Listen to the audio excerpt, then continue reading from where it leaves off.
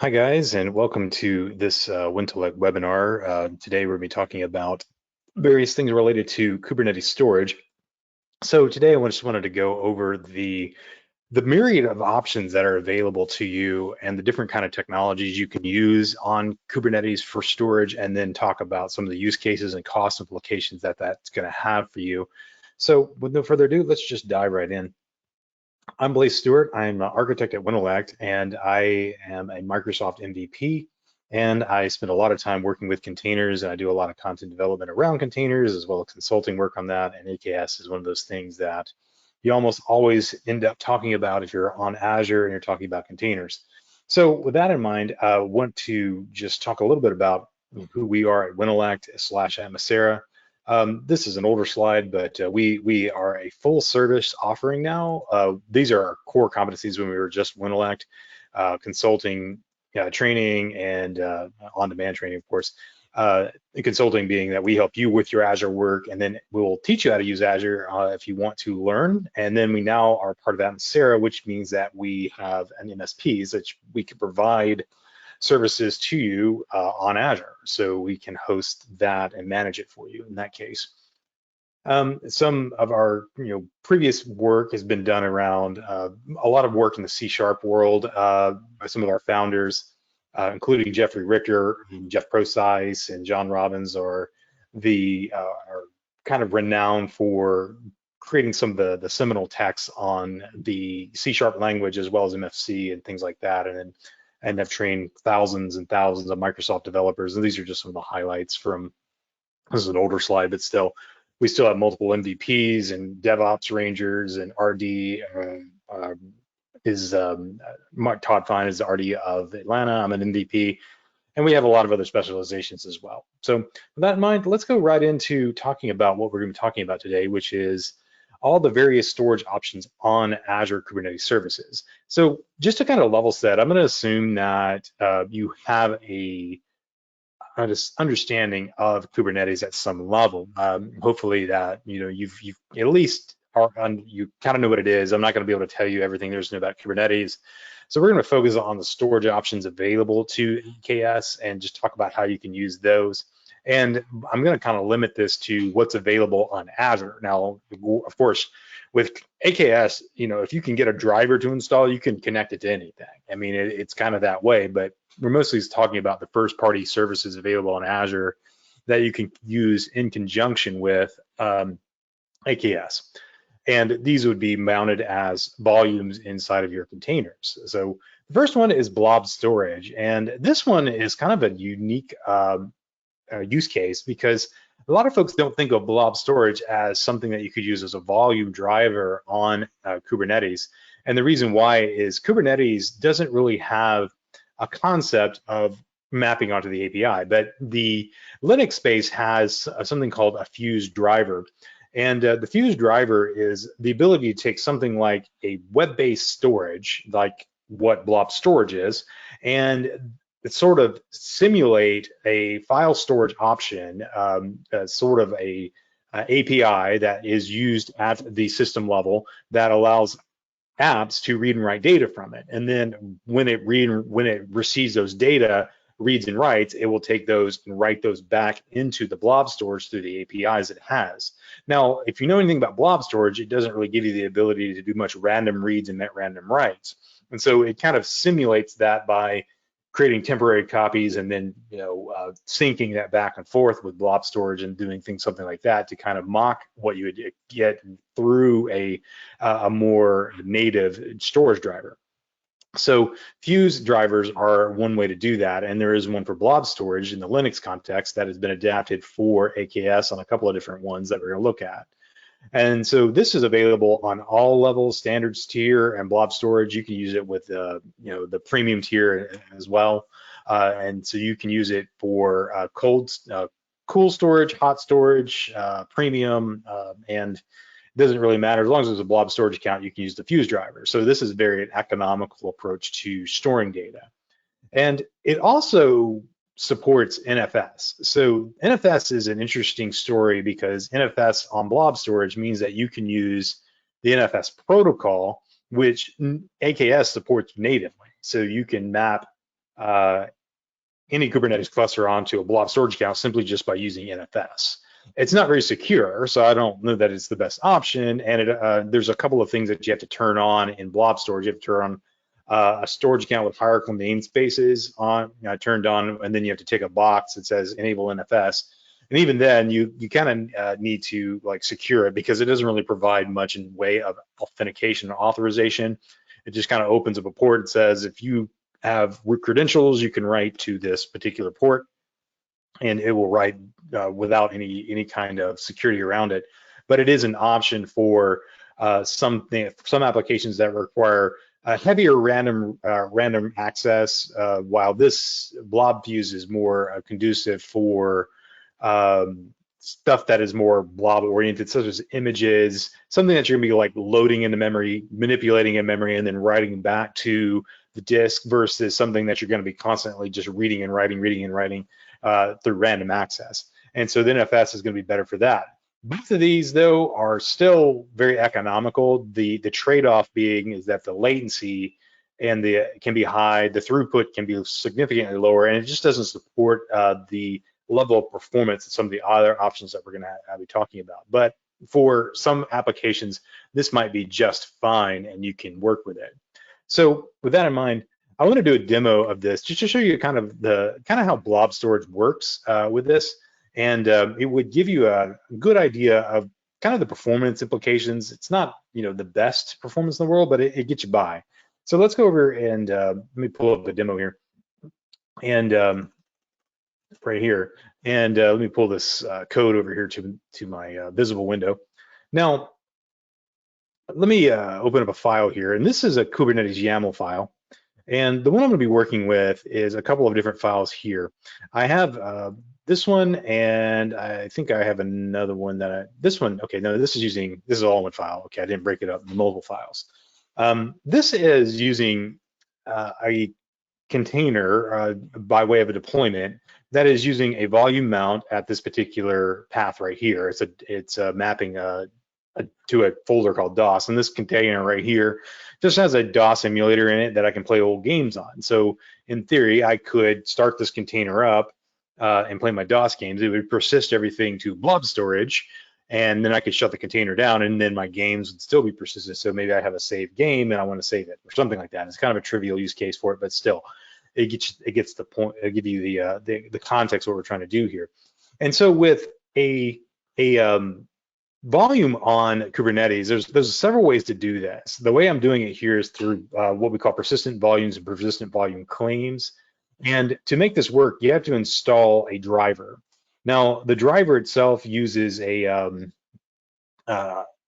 deployment onto a Kubernetes cluster as a stateful set. And what it will do is it will get you a instance of a container. It's really in the system space. You don't have to worry about all that. But once you install it, you have access to it, and it acts as a handler for the persistent volume. So you can just use this this specification here. And what I'm using is a credential store inside of a secret to tell it what's my blob storage account name and what's the key for it. And so I'm using key-based access control for this. And then once this just sets up the volume right here, and then what you do then is you do a persistent volume claim, which basically means that you're just saying, for this workload, I want this much storage. So if I have 5 gigs of storage and I say 5 gigs of my claim, then I get all the disk space available.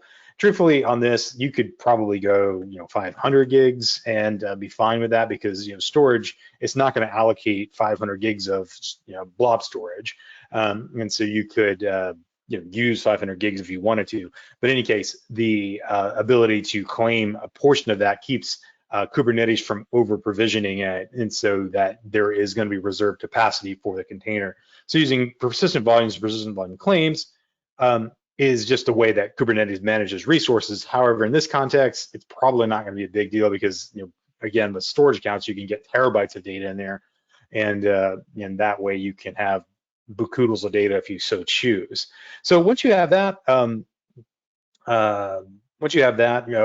you can just mount it as a volume, and then in the container spec, I say, here's my volumes. This is my volume name, it's going to map onto a claim right here, and the claim then maps onto my volume, which is this flex volume down here, and then I just say where am I going to mount it, and that's where I mount it. So that's kind of how this works. So let's pop open a command prompt here, and let's deploy this guy.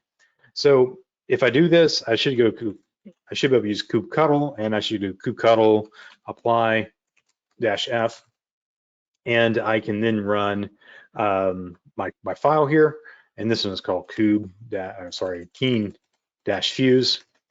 YAML, and that's going to create my volume, my persistent volume claim, my deployment, and my service. And so I've got a full stack deployed here. That is the services, the networking component. The deployment is the pods, and then the storage, of course. And you can use kubectl to kind of see how things are progressing as it deploys it. So you get pod to see the state, and it's pending. Let me see, get PVC. It's still pending. Okay, so some issue with this right now. I probably need to clean this up. It looks like this is status needs to be deleted. So I probably need to delete this right here. And this demo isn't going like I expected it to. So if I go PV and delete this, and then I can should be able to do a delete on this and then reapply it, just so it deletes everything. Let's see. Everything is gone, and there's no pure persistent volumes. I'll get 2 of those left over. I have no pod, and I have no deployment. Everything's gone. Okay, good. So let's try to apply that again. Let me find the command I was doing. There we go. And let's see if that creates correctly this time. Pending still. Okay, what's going on? There it is. That's better. Now I've got it. So what I want to be able to see here is this. Whenever you create these, you want these to be in a bound state. So what that basically means is when you create any volumes on AKS, you want the volume to end up in a bound state. That means that it was successfully connected to the source. So if it's in a bound state, I was able to connect to it. And then once I get the persistent volume claim here, it's going to tell me what volume it's on. It's going to say bound to that. And usually if you get that far, then you know that it's going to be in the container. So if I get pod, I should be able to see everything's up and running. So that's good. So if I wanted to see something in this pod, I can poke around with the storage. And so let's go, I'm going to pull up the portal here. And let me get the Azure portal right here just to show you what's in this particular pod right here. So let me log into the Azure portal, and I'm going to go over here to the storage account right here. And this storage account has the containers that I want to show.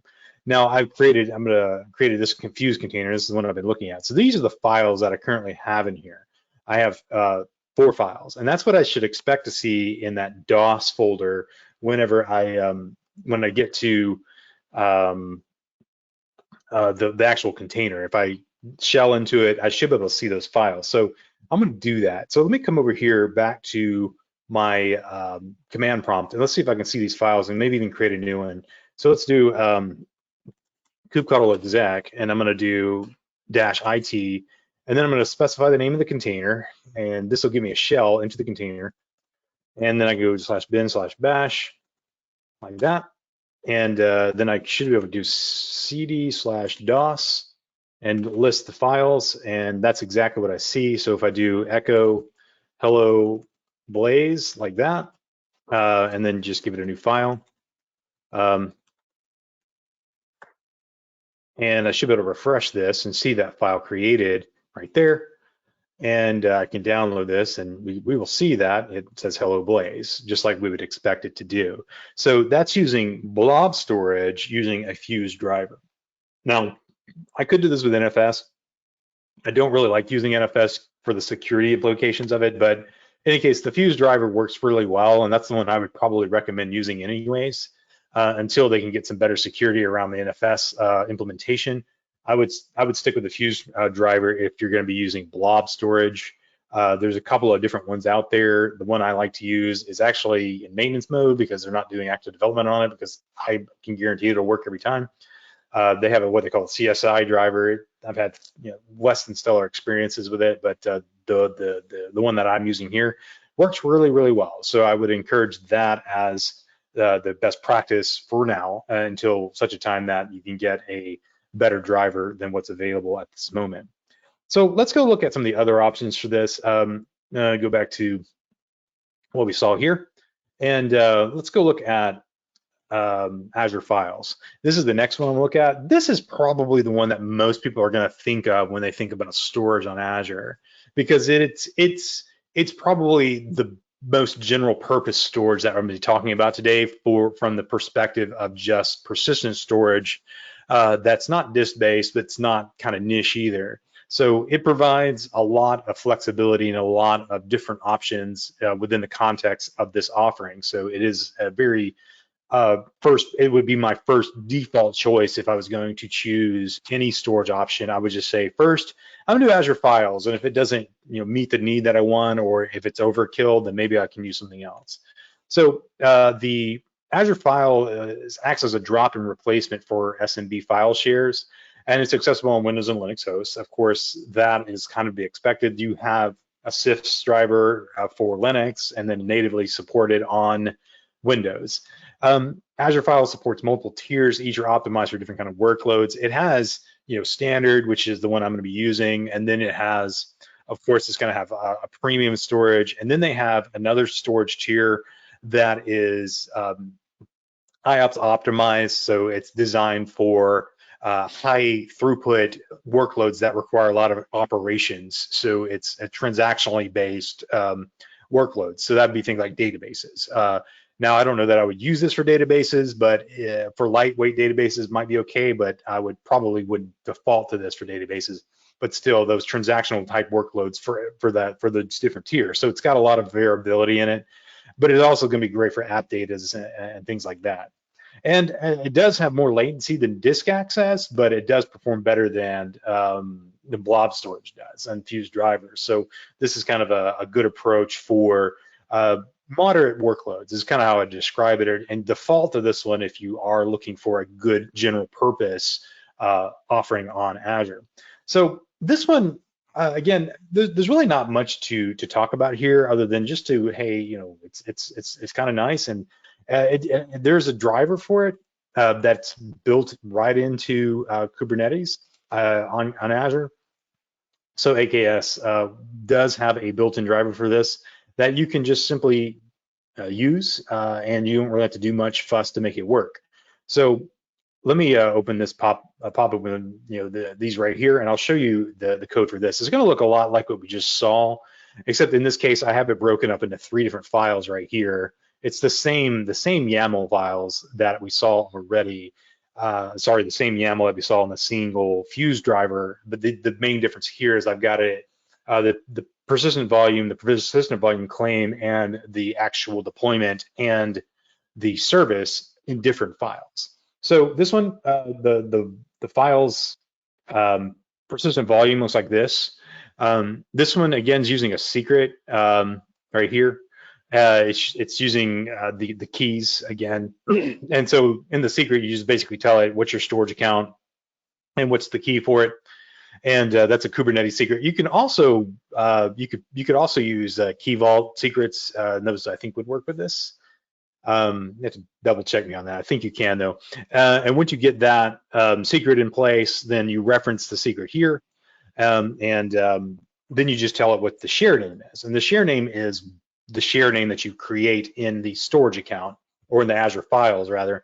And then that gives it enough information to tell it where to look for the data. These down here are just the mount options because this is SMB based.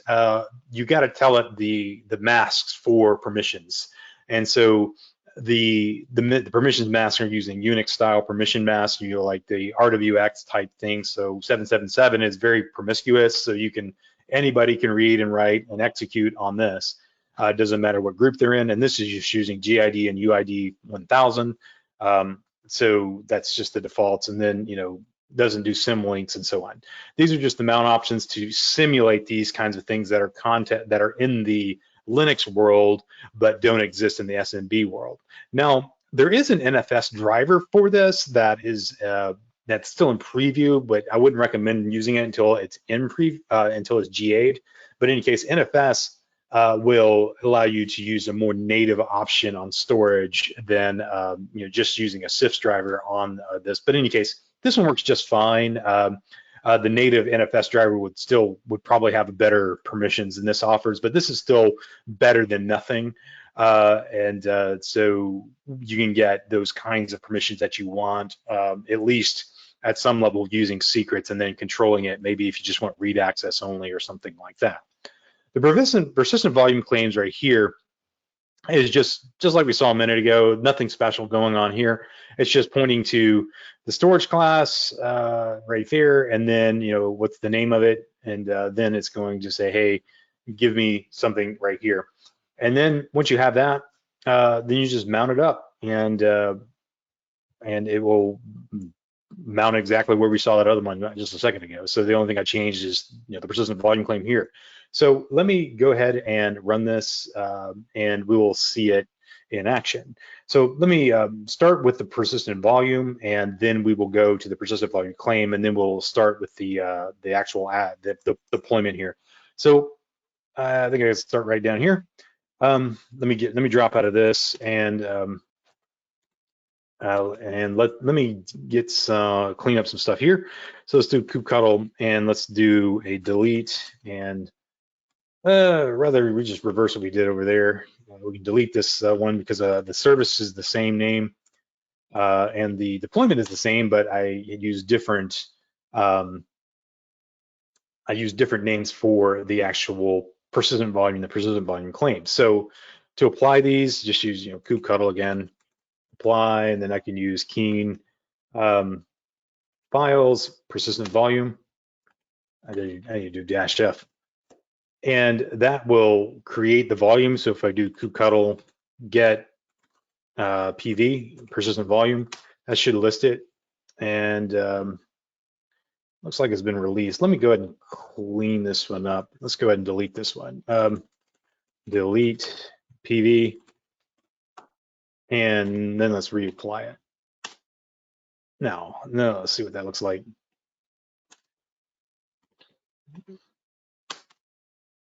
Yeah, now it's available. Now, once I apply the claim, that should be bound in a bound state. So let's go ahead and apply the claim, and now I should be able to see in a bound state. That's what I want to see. And let's do the PVC and see if that's in a bound state. That all looks good. So that means that I should be able to connect my container to it now. So with that in mind, let's go ahead and run this. Let's run kubectl and apply -f, and let's do the keen files demo here. And that's going to create my service and my deployment again. And so if I do kubectl get deployment, get pod, I should be able to see the pod creating, and the pod is running now. So let's go look at the storage for this, and then we can come back and see what we see inside the container using the exec.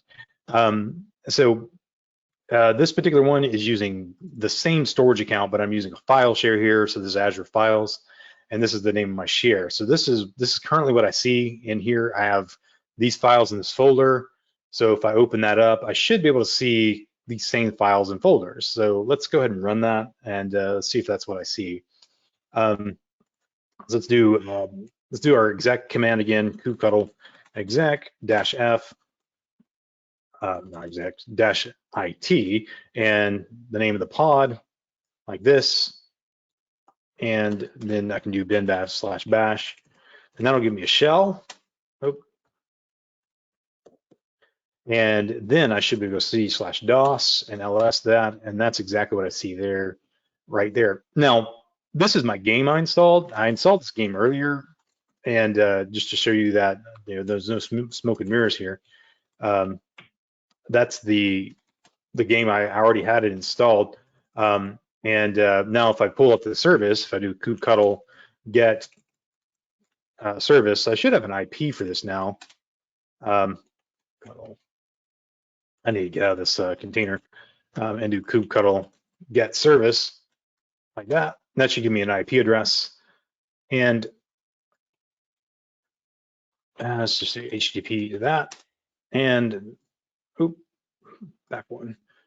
Let's open this up. And this should allow me to play my game now that I've already installed. And now if I go to C, I should go CD keen. And then I should be able to play my game without having to install it because it's already installed. And so that means I saved it in a previous run on this. I started a new container, and now I have my game running on this without having to reinstall it. So that allows me to use persistent volume claims on this. And this is just using, a save game. If I wanted to save the game, I could do that. So if I quit the DOS or whatever, title screen, okay, it saves my Hall of Fame there, and that should be there the next time I play the game. So that's my persistent volume claim and my persistent volume using Azure Files. So that's pretty straightforward. I think that gets you a pretty good use case there for, that's going to be your standard offering on Azure for doing all things storage. I don't think I would go with anything else until I have a good reason to, but default to this one. Now, the next one I'm going to talk about is Azure Disks, and that's not that one. Let's go back to here. And let's talk about disks for a moment. Disks are the standard storage option. They provide the backbone of persistence on Azure Kubernetes services, or really any kind of Kubernetes offering. And it's a good solution for high performance needs. So if you need persistent data on Kubernetes that, with low latency and high throughput, this is going to be the one to go through. The thing I'd call out here though is it's not always going to be the most high performance option for a couple of reasons. It might be that you've deployed disks and you're like, well, the disk offering says it should perform at this particular threshold, whatever that might be, 60 megabits, 1,000 megabits per second with this many IOPS.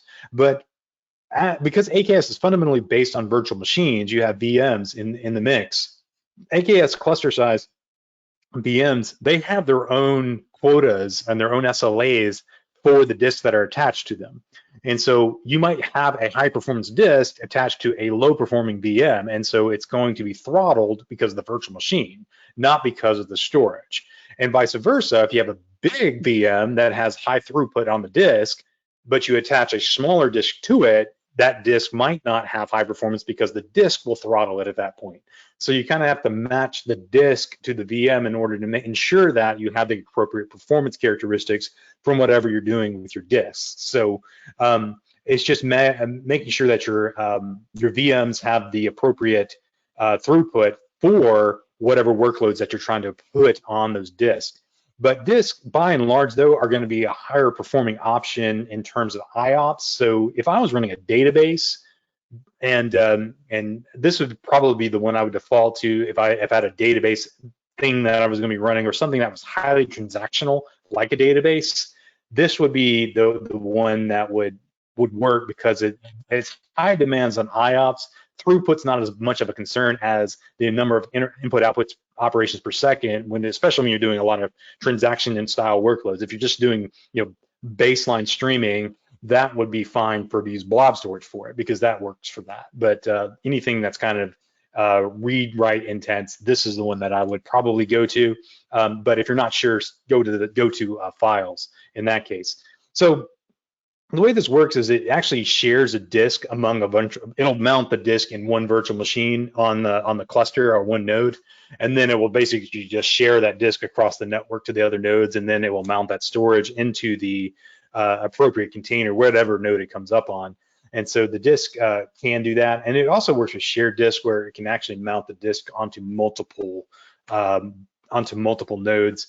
So depending on the disk that you use under the hood for it. So this option is a little bit harder to show you the results, because once a disk is bound, there's not like a explorer that's you can just go into, like in the portal, and say, hey, what are the files here, like we just did. So it's just kind of one of those things. I can show you this, and basically it's going to marshal a disk, and I'm going to show you what it does, and then you will be able to see like the default folders that are on that disk whenever it provisions the disk in Azure.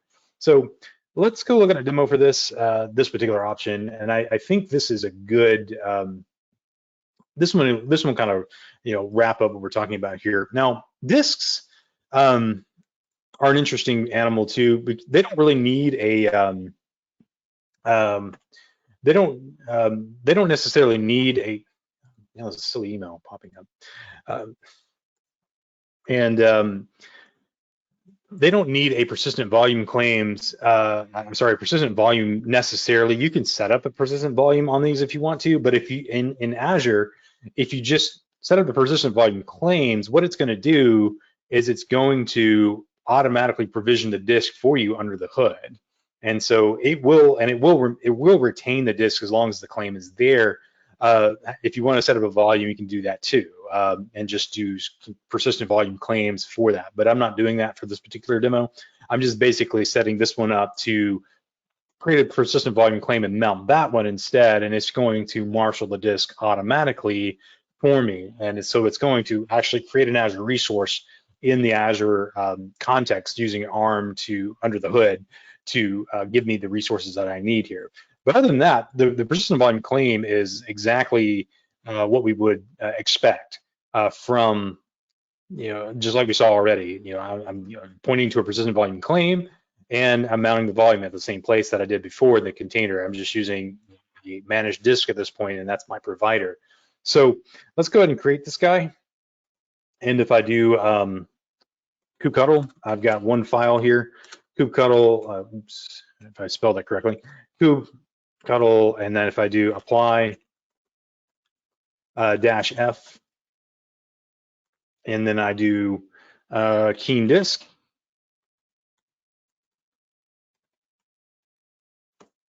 and that should create the persistent volume for me, or sorry, the persistent volume claim. So if I go kubectl get PVC, I should see that in there now. Persistent volume claim and Azure Managed Disk, there it is. That's the one I care about, and that's going to mount into my container. It's bound, so I know that it's, generally speaking, it's going to be mounted. And now I should be able to start the container. It should be already started, actually. So if I go get kubectl get pod, I should see the pod. It's still creating the container. Okay. That, reason why is when I applied that, I didn't delete the other one, so it's actually trying to do a rolling update on that because it's a deployment. So I really need to do a delete and redeploy all that because I already had an existing service out there for it. So if I do my PVC again, oh man.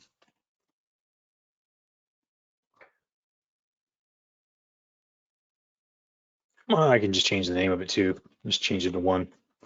And let's recreate it.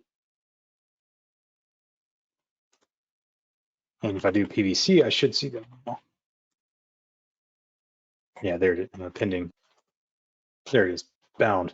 And now I should see my get pod. Now it's creating, still creating.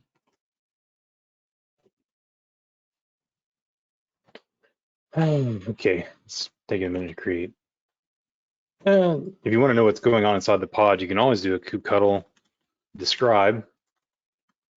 These do take a while to create because under the hood it's actually provisioning a disk on Azure. So I describe pod and then put in the name. It's pulling the image, persistent volume claim not found. It's oh no, did I not? Oh, let's see. There it is. Okay, now it's ready.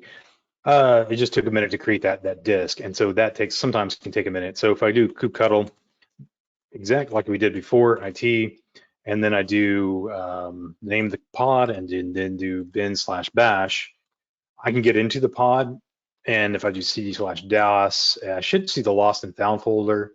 I have nothing in this, and so let's go ahead and there's no good way to like read the data out of this and through another channel like through the portal, so I can't really say show you that it's actually doing anything. So, but it is mounted storage and it's mounted as a volume on the machine. But I do know that it did marshal the disk. I could probably show you the disk though. Let's see if I can find that in the portal though. Here, if I go back to the Azure portal, what it's probably it's gonna create a resource. Now the resource, it's gonna use a resource group for that particular cluster. So MC Blaze Kates, this one right here. And I should see, managed disk in here somewhere. There it is right here. This is the disk it created under the hood. Now, like I said, there's really just no good way to go in and explore this, but this is the resource it created for me under the hood when I actually went in and ran the disk. Now, this is the performance here. It's a small disk, so again, this is going to be one of those performance characteristics that you kind of have to look at. It's got pretty, I mean, that's not great because it is such a small disk. It is a premium SSD, so the IOPS, there should be a low latency disk, but the throughput is not very good and the IOPS are kind of low. But it is a 5 gig disk. If I provision a 500 gigabyte disk, this would be much higher. So you get a performance tier, like a P4 or something like that. It'd just be a much better option there. But still, you can kind of see that would be the bottleneck for this if I was expecting this to be a high performance disk. So this is the output from that. So that is the disk that is created, and that's what I'm going to show you for this. Now, I do want to mention one other option here, and I wish I could demo this. The reason why I can't is because Azure, Microsoft on Azure recently made some changes that were, they don't allow for NetApp files to be created in the kind of subscriptions that I have. I have some, MSDN subscriptions and some sponsored subscriptions that I use for these kind of demos, and without using a premium, a pay-as-you-go or an enterprise class, you can't use NetApp files. I mean, they changed that like 3 days ago, and I was like bummed out when I couldn't do this demo because I love NetApp files. NetApp files is a really good offering. You really wouldn't see anything new per se because it's going to use SMB or NFS or SMB. It's going to use the same kind of technologies that we've seen already. But the biggest bonus of using NetApp files is that you can have NetApp files gives you crazy throughput. It gives you crazy IOPS. It gives you a high performance, enterprise grade, a highly scalable file solution that you can use with AKS. So this is a great service for running large databases against or large data sets. If you're doing some kind of data workloads in AKS that needed high performance storage, this is the one to go to for that. Now, it does have a lot of overlap with Azure Files, but this is more premium. So if you're thinking, which one should I use, NetApp Files or storage, start with storage, and if it doesn't cut the mustard in terms of performance, go to this one. And then this one would actually get you what you want, and this one will have much higher performance than what we could do with Azure Storage. But still, I wish I could demo it, but for the sake of the limitations that exist on Azure right now, I can't do it, which is kind of disappointing, but okay. So with that in mind, let's look at these options kind of on a chart just to kind of see what they look like, just to see what they do. And these are the kind of things I want to look at: the performance, the tech, the use cases, and then the price. And this is all kind of relative to one another, so it's not like I'm going to give you dollars in terms of price, but I am going to give you this is high performance or low performance, and it's all kind of relative to one another. So let's look at the storage options here. So the first one is obviously blob storage, and it's going to be low to moderate performance. Of course, the technologies are Fuse and NFS, and the use cases are things like logs, blobs, and depends. So again, that kind of workload where you're not doing a lot of transactional style operations. So loading an image, working on the image in memory, and then writing it back to the disk, or loading some file, working on the file in memory and writing it back to the disk. Something that's doing a lot of reads and writes at random, not the best option for that, but still, it's got its place. And append operations, blobs and logs, that kind of thing, are what this is very useful for. And it's obviously going to be the lowest priced one because it has the lowest performance, but at the same time, that might not be a big, it's one of those offerings that if it works for the characteristics for the performance you want, it's probably not a bad option. So something that you might want to consider for AKS there. Azure Files, of course, this one can be moderate to fast depending on the tier you choose. So the tier can be, standard, premium, or transaction oriented. And so you have very fast storage here and moderate storage. And it does support SMB, which we talked about in FS. This particular one is really good for app data. And app data, I mean by that, that's kind of a broad category. Basically, anything that you're working on that's kind of general purpose. Think of it that way. It can be used for blobs. It's probably overkill, but I wouldn't. But for app data, where you're doing a lot of like moderate transaction workloads, maybe even high transaction workloads, you have like application files that you need to write out to, maybe even some lightweight databases, that kind of stuff. App data, I don't know that I put my apps on this, but it can be used for that. Maybe copy the app to this file storage, start your container, copy the app down to a local temp storage and execute it from there. But you could store app data on this, and that's one of the main use cases for that. And price, it's going to cost more than blob storage. Gigabyte to gigabyte, Azure Files is more expensive, but it's also better, higher performance, better throughput, better latency, and better IOPS. And it can be, moderate to very expensive. So just recap there. Azure Disk, again, this is your standard offering. This is mounted storage. It's just a disk. It's mounted onto a VM, and then it gets exposed to the container. It's not through a network protocol like these are. This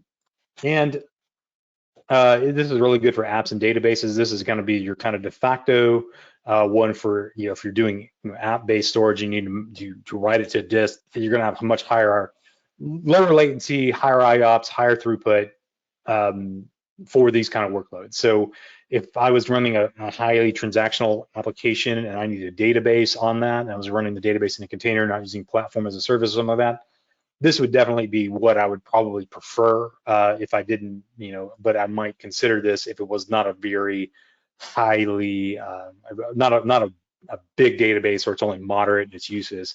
But this one, kind of similar to the previous, it can be pretty low cost to high cost. Now, the thing about this disk is you pay for the full capacity whether the disk is full or not. So if you allocate 5 gigabytes, you pay for all 5 gigabytes if you're only using a kilobyte of it, or all 5 gigabytes. And that's why this can get really high depending on the size of the volume of data that you have. So if you need 500 gigabytes, you allocate a 500 gigabyte disk and you fill it up to 50%, you're still paying full capacity, and you're also paying for the performance of that disk too, whether or not you're actually doing any kind of operations against that disk. So it's one of the things you have to consider. These right here are more scaled to the actual usage. So you basically pay for the operations against the files and then the storage against the files, and that's a sliding scale. So if you have so much data that you're writing per month, you get basically billed for all the operations it takes to write that data and not a penny more. And the actual pricing is basically a per gigabyte basis versus all or nothing for the disk. So if you use 50 gigabytes, you're going to pay for exactly 50 gigabytes of data, not 51 or not 49. It's exactly 50 gigabytes, and that's kind of how the pricing scales out on this. So it's just a little bit. This one probably requires a little bit more planning. These two can be a little bit more ad hoc. Now, NetApp Files is the last one I want to talk about in terms of options on this, and that's because NetApp Files is a really, again, I really like the option because it is high performance. It does really a good job of scaling. It does a really good job of handling those big enterprise grade workloads. It does a fantastic job of giving low latency, high throughput, high IOPS, all that stuff that you want for a data solution that is going to require a lot of transactionally oriented database data. And it also supports NFS 3, 4, and SMB. So it's a very good option. The main caveat of this one is the capacity. You basically have to buy it at terabytes at a time, and so you bite off large chunks of data. So if you don't have a terabyte of data or something close to that, this is not going to be very economical. And so it requires that you say, I'm going to commit to this much data, and then you reap the benefit of all the performance that comes with it. And so it's naturally going to be very high price relative to these other options. There's a little bit more variability in the cost concerning the previous three, but this one, it's kind of an all or nothing type offering. So you basically use it or you don't use it. It's just, but you still pay for it. And it's like, I need lots of data, lots of performance, and you buy lots of data and lots of performance whether you use it or not. So that's kind of the story on this. So these are the four options. Of course, these are the four options on Azure. Now, if you want to bring some solution to Azure, that is possible. I mean, again, Kubernetes can connect to all kinds of things, but these are the options from Azure that are first-party services that you can go out to Azure and provision right in the Azure Portal or through ARM or through any other means like that, and bring those up and connect to them. And of course, you can kind of tune your application to whatever your needs are. And that's kind of the point of this, is that there's not a one-size-fits-all solution. You have a lot of options here, and that's kind of why you kind of have to look at the landscape here and say, what is my application going to do? What's the performance characteristics of it? What are the needs of it? And kind of select something. And the great thing about this, though, is if one doesn't work, you can just kind of move the data over to another option and upgrade to something that's more performant, or downgrade to something that's less performant. In any case, how it shows up to the application is just something on the file system. It doesn't care. The container is saying, where's the file mount? That's all it cares about. We saw it's all mounted at the same place every time I mounted something. It didn't matter if it was a disk, a file, or blob storage. Everything was mounted at the same place. The same apps for writing and reading from it. The same app, whatever the underlying technology was, it didn't care. And so you don't really have to change your app in order to transition from one to the other, upscale or downscale or anything like that. So again, just the lay of the land here on that. So with that in mind, we'll wrap this up with some questions here. So please do ask questions. I will, if you have any questions about Kubernetes in general, or more specifically about this, I will fill those now. So please just type those into the chat, the question box there. And if you don't have any, that's fine too. So the first question is allocating a large disk gets more performance, but you don't take a hit on storage costs. So does a 5 GB versus 500 GB cost the same as 100 GB of storage? No. The disk, you pay for the full capacity whether you use it or not, like I said. But so in order to scale the disk up, you have to get more performance out of the disk. You either have to choose a higher tier, and then you'll get more performance by choosing a higher tier. So 20 GB standard, 20 GB premium. One of them is an SSD, so you get lower latency. So it's a higher performance tier, but you pay for the full capacity of the disk, whether it's full or not. So if you wrote 100 megabytes to a 5 GB disk, you're paying 5 GB. If you write 100 megabytes to a 500 GB disk, you're paying for 500 gigabytes. The amount of data that's on that disk is irrelevant. You just pay for the full thing. So that's kind of the nature of disk. That's why you got to plan a little bit more around those. While storage, other storage options like blob storage and Azure Files doesn't require that as much, because the scale of the data, of the price and the performance is going to be pretty consistent regardless of how much data is in there. You're basically just paying for the tier of the data, and then if you write 100 megabytes or 1,000 megabytes, it doesn't really matter. So that's kind of the story there. So hopefully that answers the question. Okay, so it doesn't look like there's any more questions. So we'll call it a wrap, and looking forward to seeing you on future Winterlike webinars. We have one that's going to be coming up on Databricks here in a couple of weeks. So that one should be interesting for folks that are wanting to learn about that offering. And we're going to be doing obviously more webinars on different tech on Azure. So looking forward to seeing you guys, and thanks for coming out today.